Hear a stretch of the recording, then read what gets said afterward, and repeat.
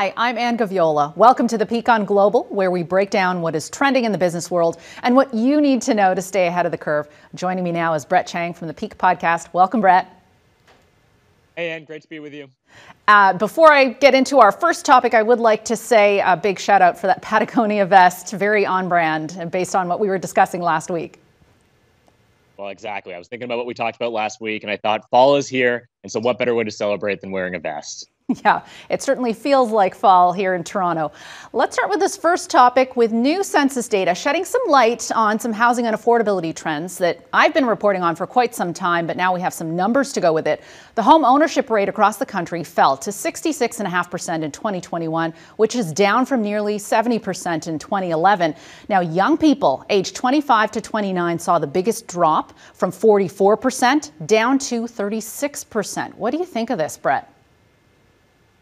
I think you're absolutely right, Ann. The data simply correlates what we've been talking about for a while now, which is that there are whole generations that are essentially being locked out of the housing market. And unless they have some type of parental support, they really don't have the opportunity to buy a house on their current incomes. And that's another really important point behind all of this, is that while housing prices have risen exponentially, incomes just haven't kept up. And that's making it really, really tough for young people to get into the market.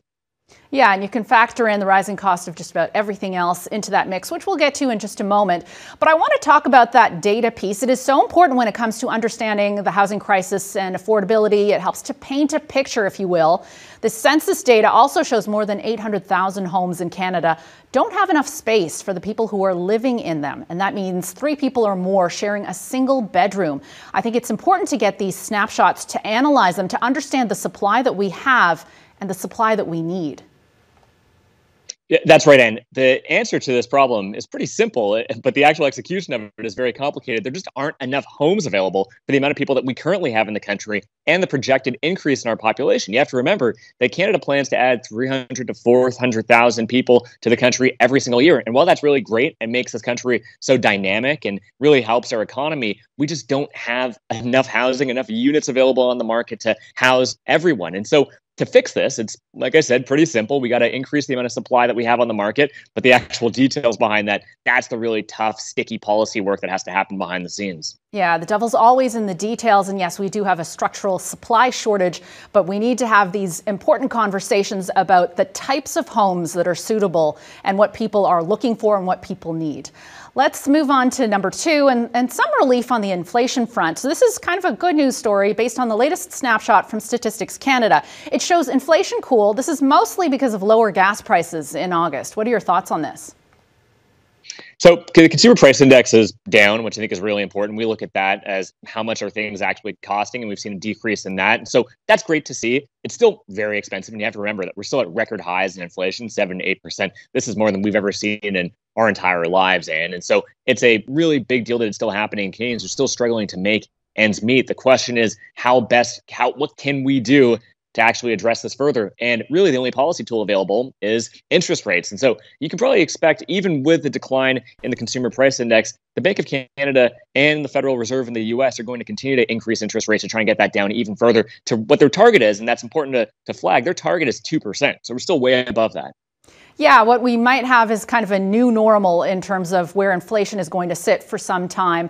And I want to talk about one piece of it, kind of alarming to some researchers, the impact of months on end of rising food costs. There's a new report from the Agri-Food Lab at Dalhousie University. It shows that purchasing habits have changed as a result. So we are at that point.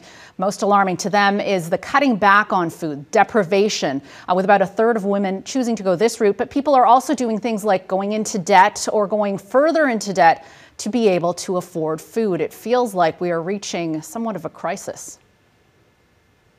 This is a really important topic, Ann. And, we talk a lot about the consumer price index and inflation and interest rates, and it all seems very removed from the actual day-to-day lives of Canadians and the adjustments that they're having to make to keep up with these rising prices. And this is really the result of it, which is you now have people who are cutting back. They're cutting back in many different ways, one of those being food. And that's just something that you really can't cut back on. And so you have to take on more debt to do that. And that's a second, third order consequence of all of this, which is the Canadian consumer debt is soaring right now. It's very problematic, and we just don't really know what we're going to do about it. But that is actually exactly what's happening day to day on the ground.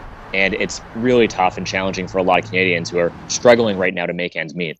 Yeah, it's hurting financially and having some real life consequences, as you mentioned. Let's pivot to this third topic. It's reality, but it sounds like a sci-fi movie in some ways. There are news reports and timelines given by Elon Musk himself suggesting he's preparing to unveil prototypes of humanoid robots. September 30th might be the date. In fact, the world's richest man thinks revenue from this robot division could one day surpass the company's electric vehicle business. What do you make of all this? Well, this isn't the first grandiose claim from Elon Musk. Not to discount it, but by Elon Musk's own projections, we should have a fleet of self-driving ride-sharing vehicles available to us right now. And so it's not necessarily the timeline that may actually happen, but the robots are exciting, and we're already starting to see that in different ways. I think the one really noticeable way that you'll probably start to see is restaurants like Chipotle have now incorporated robots to help prepare their food. And that's something that's happening right now, today. And you're going to start seeing that at restaurants around you. And so there is a transition happening to the automation of these kind of menial tasks that are being done day to day right now by, in many cases, workers. And so it's just part of a bigger trend that's happening. Probably more interesting is actually the type of work that we're seeing most replaced today is creative work. And so you have things like DALL-E 2, which are robots in the AI form that are now able to create really impressive art. And that, I think, is also part of the shift towards automation as well. So there's a broader trend happening, and I'm excited to see what Elon has to show. Yeah, this is a super interesting trend. You and I will discuss this further. By the way, I was served by a robot barista very recently, but we'll have to leave it there. Thank you so much for your time and your insight, Brett. Thanks, Ann. Great as always. And your Patagonia vest.